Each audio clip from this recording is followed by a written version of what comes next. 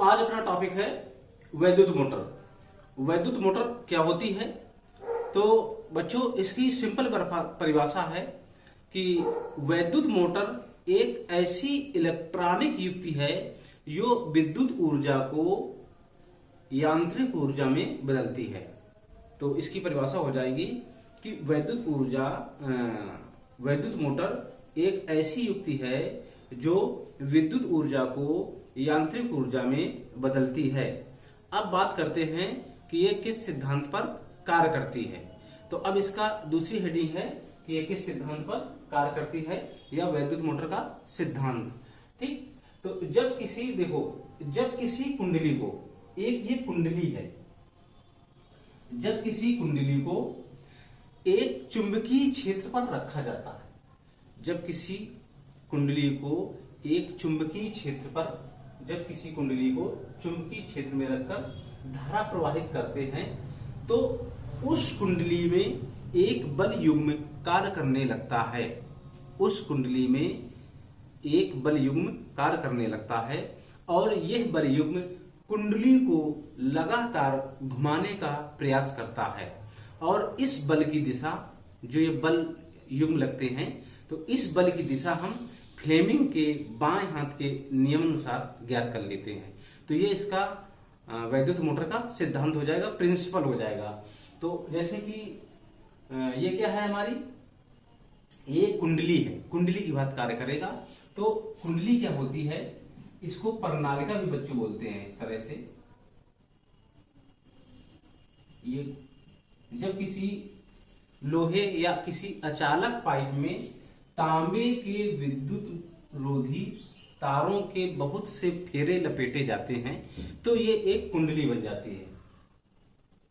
जब किसी लोहे के पाइप में या अचालक पाइप में तांबे के विद्युत रोधी तार लपेटे जाते हैं, तो यह समायोजन का कहलाता है, एक कुंडली कहलाती है।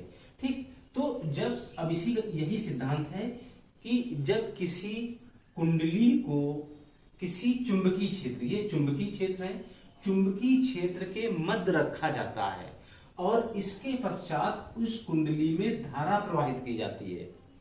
जब किसी कुंडली को चुंबकीय क्षेत्र के मध्य रखा जाता है और इस कुंडली में धारा प्रवाहित की जाती है, तो कुंडली में एक बल युग्म कार्य करने लगता है। इस कुंडली में एक बल युग्म कार्य करने लगता है जो कुंडली को लगातार घुमाने का प्रयास करता है। इस बल युग्म, चूंकि दो बल होते हैं तो एक बल भी कह सकते हैं, तो इस बल की दिशा हम फ्लेमिंग के बाएं हाथ के नियमानुसार ज्ञात कर सकते हैं। ये इसकी परिभाषा हो गई, सिद्धांत, वैद्युत मोटर का ये सिद्धांत हो गया। अब इसमें दो बल लगते हैं, जैसे धारा मैंने प्रवाहित की, तो एक ये बल जो है इस तरह से लगेगा और एक बल इस तरह से लगेगा, तो ये दो बल लग जाएंगे, इसलिए इसको कहा गया बल युग्म, बलों का जोड़ा। ठीक, तो दो बल युग्म इसमें दो बल कार्य करने लगते हैं या बल युग्म कार्य करने लगता है। तो बच्चों ये सिद्धांत हो गया। अब हम आगे बात करते हैं कि वैद्युत मोटर की संरचना क्या होती है। तो वैद्युत मोटर के निम्नलिखित भाग होते हैं, आप ऐसे लिख सकते हैं, वैद्युत मोटर के निम्नलिखित भाग होते हैं। पहला जो इसका मुख्य भाग होता है वो होता है क्षेत्र चुंबक। ये जो दो गुटके दिखाई दे रहे हैं ये क्षेत्र चुंबक हैं।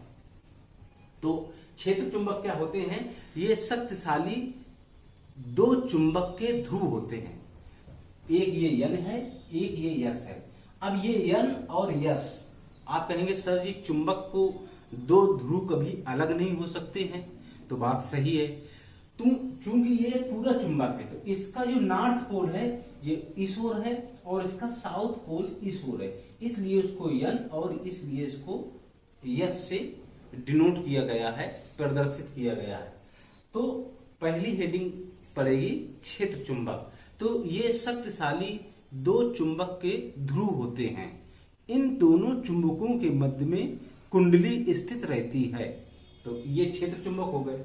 अब बात करते हैं जो हमारी दूसरी परिभाषा है वो है आर्मेचर। तो ये जो दिखाई दे रहा है बच्चों, ये यहां से यहां तक ये इतना, ये पूरा समायोजन यहां से ये जो है इधर से लेके ऐसे जो दिखाई दे रहा है, ये आर्मेचर कहलाता है। आर्मेचर क्या होता है? ये एक आयताकार पटलित लोहे की प्लेट होती है। आयताकार लोहे की एक प्लेट होती है। इस प्लेट पर विद्युत रोधी तांबे के तारों के कई फेरे लिपटे होते हैं। इस प्लेट पर, ठीक है, तांबे के विद्युत रोधी तारों के कई फेरे लिपटे होते हैं या लपेटे जाते हैं। तो ये हमारा आर्मेचर हो जाएगा। अब आर्मेचर में एक और चीज है कि जो आर्मेचर जो होता है ये कच्चे लोहे की आयताकार प्लेट होती है। तो आप इसको ऐसे लिख सकते हैं, आर्मेचर एक कच्चे लोहे की आयताकार प्लेट होती है। इस प्लेट में तांबे के विद्युत रोधी तार लपेटे जाते हैं। तो ये आपका आर्मेचर हो जाएगा। और ये जो आर्मेचर होता है ये दोनों शक्तिशाली चुंबक के जो ध्रुव होते हैं इसके मध्य में आर्मेचर को रखते हैं या स्थित होता है। अब बात करते हैं, नेक्स्ट हेडिंग है हमारी विभक्त वलय। विभक्त वलय क्या होते हैं? ये जो दिखाई दे रहे हैं ये दो ऐसे जो एक्सल होता है मोटर का, तो इसमें से इस तरह से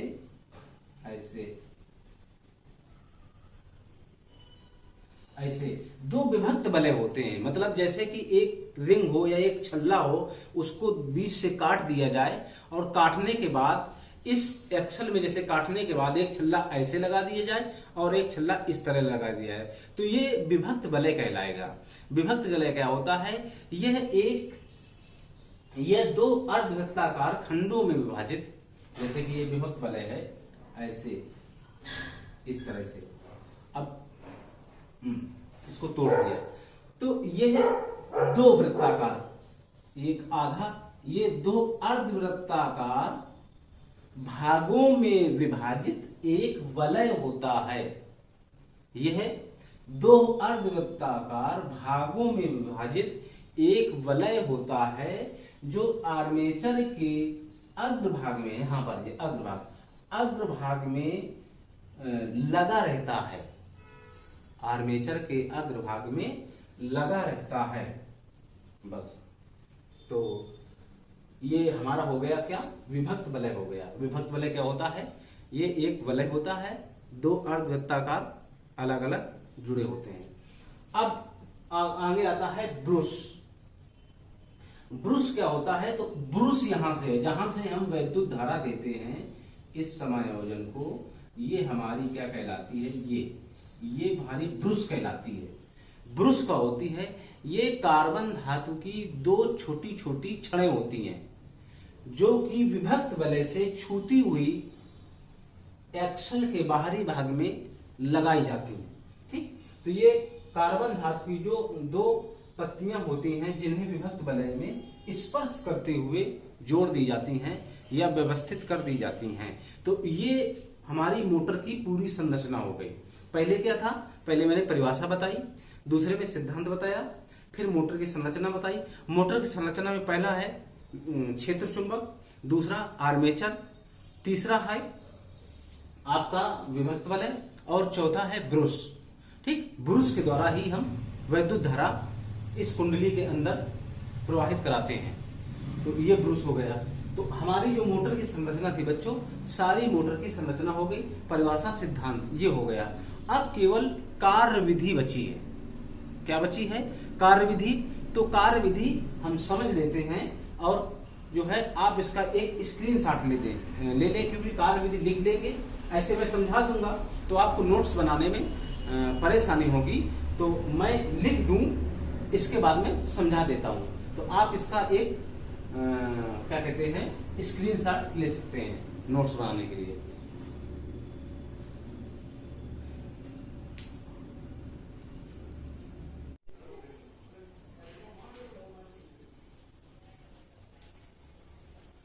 हाँ, तो अब बात करते हैं क्रियाविधि की।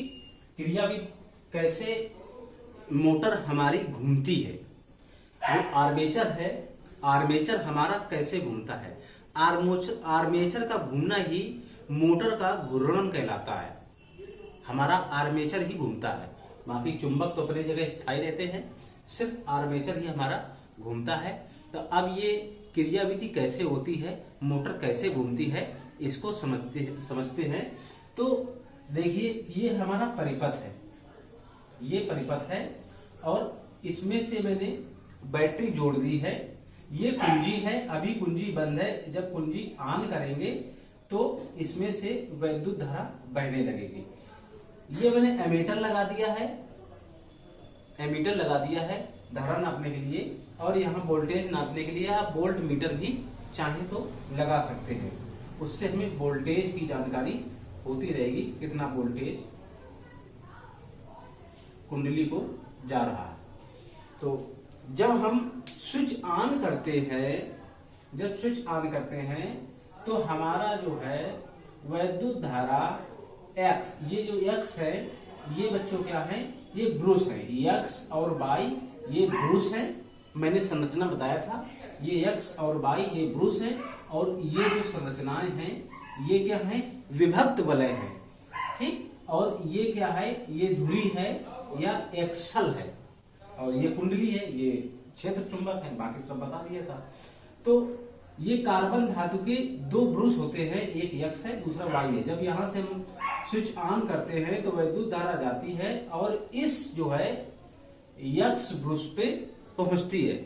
इसके द्वारा विभक्त वलय से होते हुए कुंडली ABCD में धारा जाती है और वापस धारा Y ब्रूस पर आकर इधर से ऐसे परिपथ में वापस आ जाती है, बैटरी में वापस धारा आ जाती है। तो इस तरह बच्चों धारा ये ऐसे चलती है।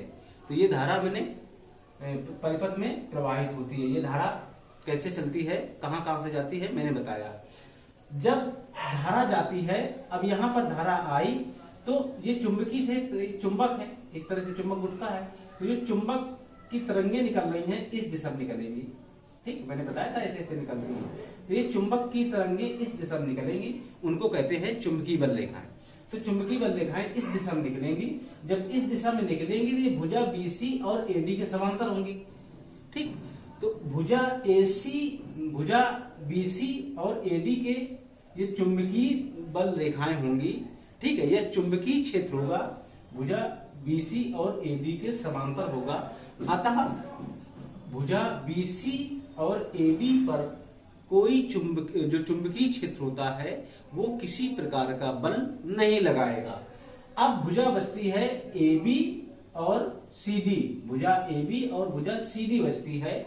तो अब ये भुजा जो है जब लंबवत है तो ये चुंबकीय क्षेत्र के लंबवत है, ये भुजाएं दोनों चुंबकीय क्षेत्र के लंबवत हैं। तो इन दोनों भुजाओं पर बल लगेगा, एक ये इधर से ऐसे फोर्स लगेगा और इस तरफ से ऐसे फोर्स लगेगा, ठीक। ये नीचे की ओर लगेगा, इधर नीचे की ओर, आप ऐसे करके ऐसे समझ सकते हैं, ये नीचे की ओर लगेगा और ये बल जो है F ऊपर की ओर लगेगा, ठीक। तो इस प्रकार से इस कुंडली में एक बल युग्म कार्य करने लगेगा।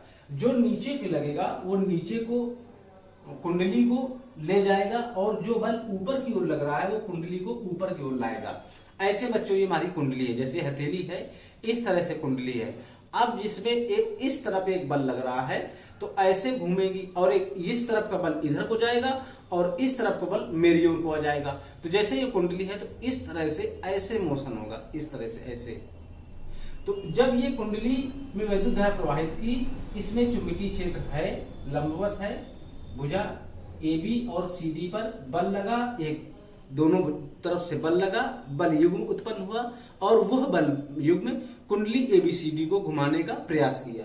तो कुंडली घूमने लगी, वैद्युत धारा प्रवाहित की, कुंडली घूमने लगी, कुंडली घूम के इस तरह से ऐसे आ गई, ठीक, इस तरह से, क्योंकि वामावर्त घूमती है तो कुंडली घूम ऐसी थी, ऐसे आ गई। जब ऐसे आ गई तो ये विभक्त वलय है, ठीक, ये आधे आधे होते हैं, जैसे कि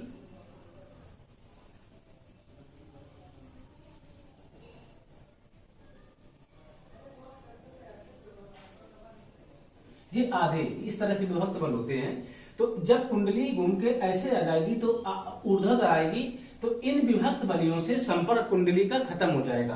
तो जो इस तरफ का जो विभक्त वलय था वो वाई ब्रुश में टच करने लगेगा और वाई ब्रुश का विभक्त वलय एक्स ब्रुश में टच करने लगेगा। तो जब ये टच करने लगेगा, कुंडली हमारी ऐसी हो गई है, तब ये धारा की दिशा बदल जाएगी। धारा की दिशा कैसी होगी?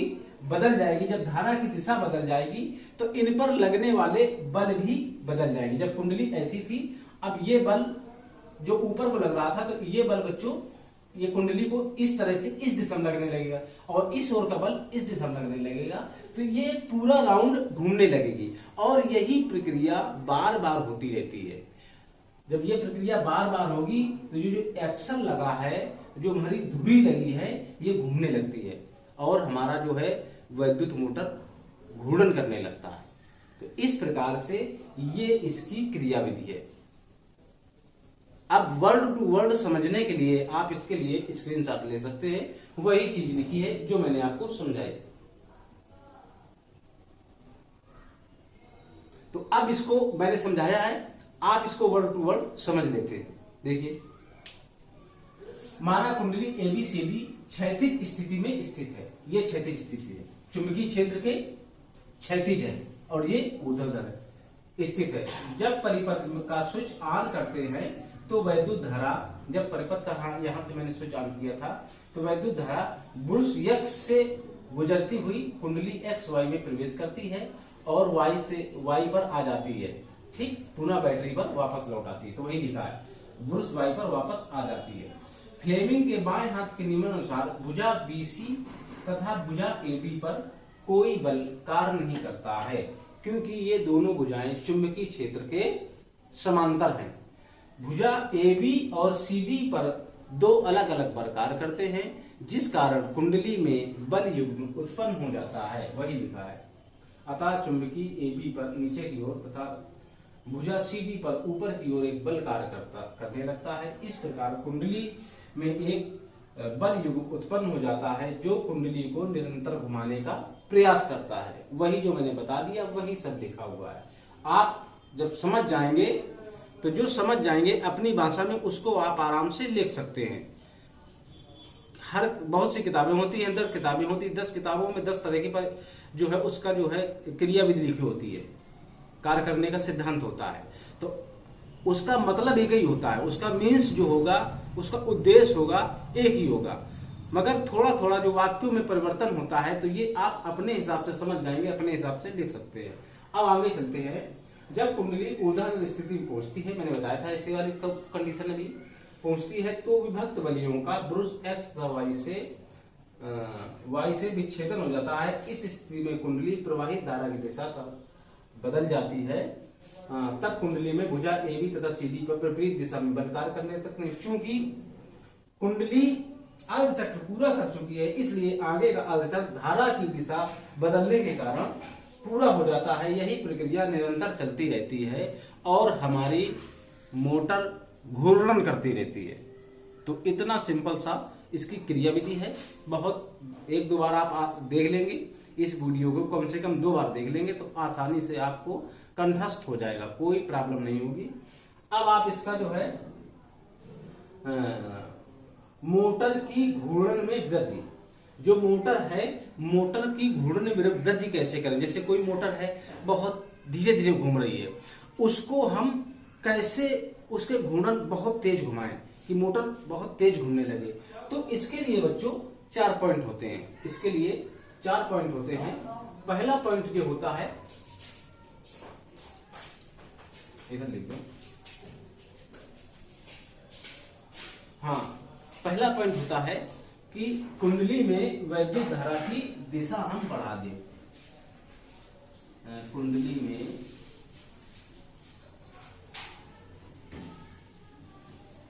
धारा की दिशा, धारा की प्रबलता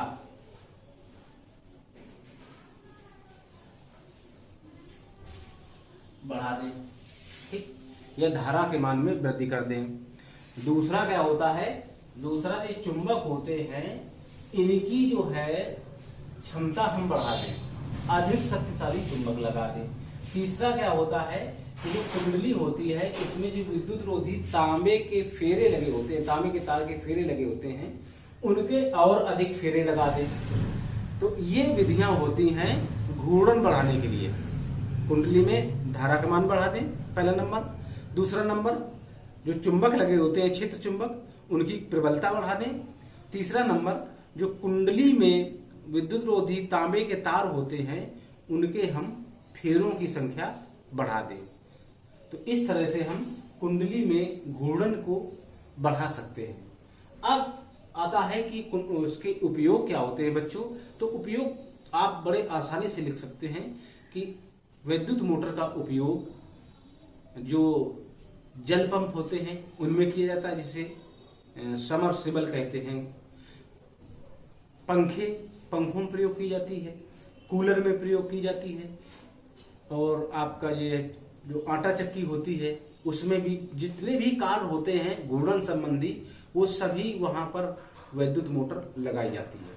तो आप इसको लिख सकते हैं कि आटा चक्की वाली मोटर में, जल पंप में, कूलर में, और हर जगह फ्रिज में लगी होती है, एसी में लगी होती है, आपका कूलर में लगी होती है, हर जगह जो है विद्युत मोटर लगी होती है। अब तो इलेक्ट्रॉनिक गाड़ियां आ गई हैं, जैसे कि ई रिक्शा होते हैं, तो वहां भी जो है मोटर लगी होती है, तो उसी से जो है मोटर से ही वो ई रिक्शा चलते हैं।